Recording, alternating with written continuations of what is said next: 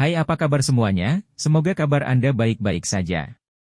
Terima kasih karena sudah memberikan support dan juga kesetiaan Anda untuk membangun channel Codot Film. Yuk kita lanjutkan alur ceritanya, sambil siapin kopi dan cemilan, setting suara volume full. Gasken.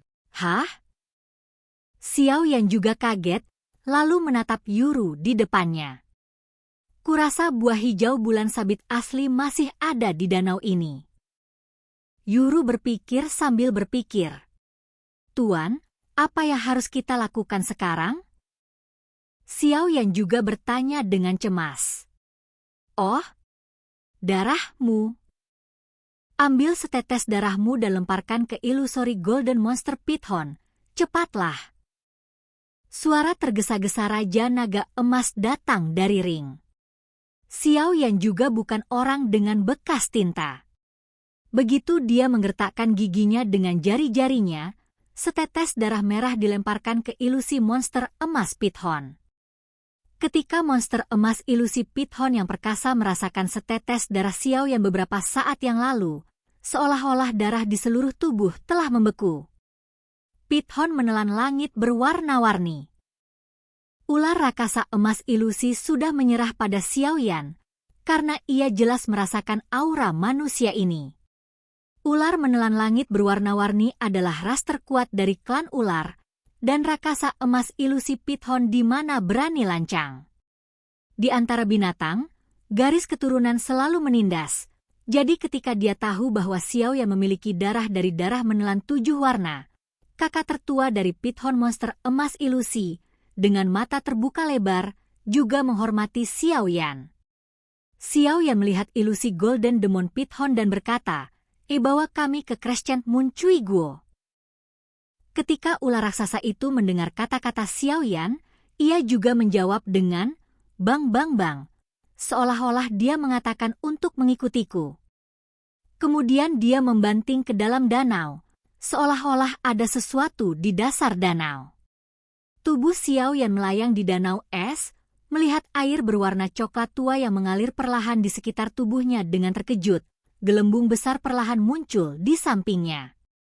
Kemudian, dengan ledakan keras, itu meledak, dan beberapa pancaran air memercik ke wajah Xiao Yan. Tetapi dalam sekejap, itu ditelan oleh lapisan api putih susu. Ini? Mengapa ada suhu yang begitu panas di lepuh? Apakah ada dunia di dasar danau ini? Xiao Yan menatap ular raksasa yang menabrak danau dan bergumam pada dirinya sendiri. Yueru, tunggu aku di sini, aku akan mengikutinya untuk melihat. Xiao Yan tidak ragu-ragu, di bawah perlindungan api putih susu di sekujur tubuhnya, dia langsung menabrak danau seperti ular raksasa. Keselamatan adalah prioritas utama. Suara Yueru menggema di danau. Lihatlah ular raksasa yang membuat riak di danau. Xiao Yan menghela nafas lega sebelum menyelam ke dalam danau. Gantung erat di belakang ular roh api. Begitu dia memasuki danau, perasaan sedingin es menyapunya, dan kemudian dia memanggil untuk melindungi tubuhnya dari api, dan semua tekanan air dan tekanan udara di luar tampaknya terpisah. Perasaan agak dingin menyelimuti tubuh, tetapi tidak terasa dingin sama sekali. Melalui isolasi api yang berbeda, telapak tangan dengan mudah mengambil air berwarna coklat tua. Kemudian biarkan mereka perlahan mengalir dari antara jari-jarinya. Xiao Yan memukul bibirnya dengan takjub. Kontak yang begitu dekat dengan aliran air benar-benar membuat orang merasa sedikit menyeramkan dan dingin di hati mereka. Jika penutup pelindung api ini tiba-tiba menghilang sekarang, lalu turun sendiri. Xiao Yan bergidik keras membayangkan dibekukan seperti patung. Wajahnya berubah sedikit pucat. Pria besar, cepatlah. Xiao Yan juga mengikuti ular raksasa itu untuk menyelam ke dasar danau. Tetapi tekanan air danau menjadi lebih kuat dan udara menjadi lebih tipis saat dia turun, menyebabkan Xiao Yan sedikit mengernyit dan menghadapi ular raksasa di depannya jalan. The Illusory Golden Demon Python tampaknya memahami arti Xiao Yan dan buru-buru meludahkan surat ular dan kemudian kecepatannya meroket. langsung ke dasar danau.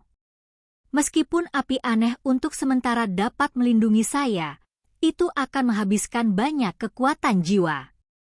Lagi pula, jika Anda kehilangan energi jiwa untuk mempertahankannya, bahkan jika Anda tidak tertelan oleh air, itu akan langsung menindas abu. Oleh karena itu, saya tidak dapat membuang waktu yang berharga. Sebelum energi jiwa saya habis, saya harus meninggalkan danau magma ini. Jika tidak, patung es yang saya pikirkan sebelumnya akan benar-benar menjadi kenyataan. Saat ular raksasa itu terus maju, pikiran Xiao Yan dengan cepat menghitung. Sudut mulut Xiao Yan berkedut beberapa kali, lalu dia berbalik dengan bermartabat, menatap ular api besar berkepala dua yang tidak jauh, dan berkata sambil tertawa lebar, orang besar, cepatlah. 1000 meter. 2000 meter. 3 kilometer. Xiao Yan berangsur-angsur merasa bahwa bernapas agak sulit. Memang, orang normal akan mengalami kesulitan bernapas ketika dia menyelam hingga 2000 meter. Xiao Yan mampu menyelam hingga 3000 meter karena kebugaran dan kekuatan fisiknya. Brengsek. Kenapa belum? Xiao Yan mengutuk sambil menatap ular raksasa yang masih menyelam di depannya. 3000 meter sudah mendekati batas Xiao Yan sebagai manusia. Jika turun, itu adalah area kehidupan terlarang, karena telah melampaui kognisi manusia, dan mungkin ada banyak krisis yang tidak diketahui. Xiao Yan tidak bisa membantu tapi sedikit mengernyit. 3100 meter. Kecepatan menyelam juga terhimpit oleh tekanan arus air di dasar danau yang semakin lama semakin lambat. Brengsek. 5 menit. Kembalilah jika kamu tidak memilikinya. Xiao Yan tidak bisa menahan raungan di dalam hatinya. 3200 meter. 5 menit berlalu dengan tenang. Xiao Yan menemukan bahwa dendamnya tampak membara dengan hebat, seolah-olah ada sesuatu yang menariknya. Situasi ini, itu hanya bisa menjadi kekuatan api yang sama. Bajingan tua. 3 menit terakhir. Xiao Yan juga menggertakkan giginya dan berkata Novel.com menyelam hingga 3300 meter. Dan ilusori Golden Monster Python juga berhenti dan berdiri kosong, lalu melepaskan kulitnya. Ular raksasa itu awalnya berwarna hitam, tetapi sekarang telah berganti kulit dan menggantinya dengan kulit emas. Ia berenang menuju dunia api, tidak takut panas terik. Xiao Yan tidak punya waktu untuk mengambil napas sekarang, ketika napas panas terik mengalir ke wajahnya.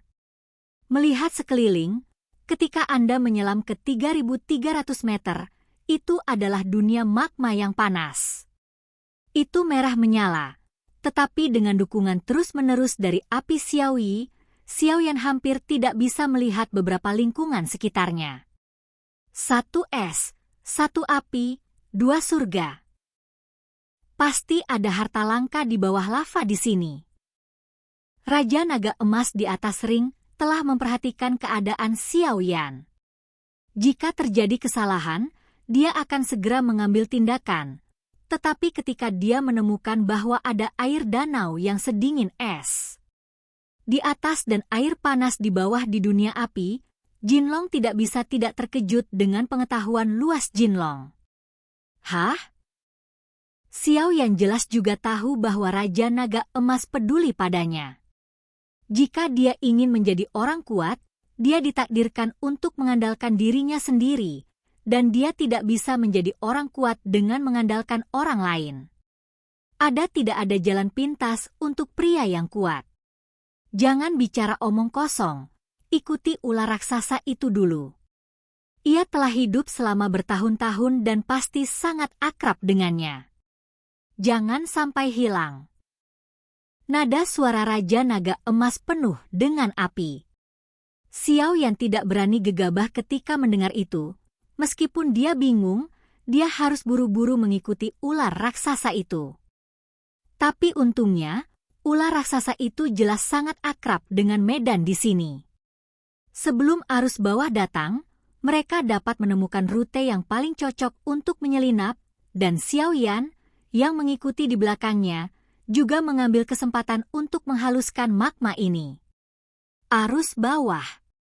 Menghindar. Oke guys, jangan lupa like, comment, share, and subscribe di channel Codot Film. See you next video, peace out and bye-bye.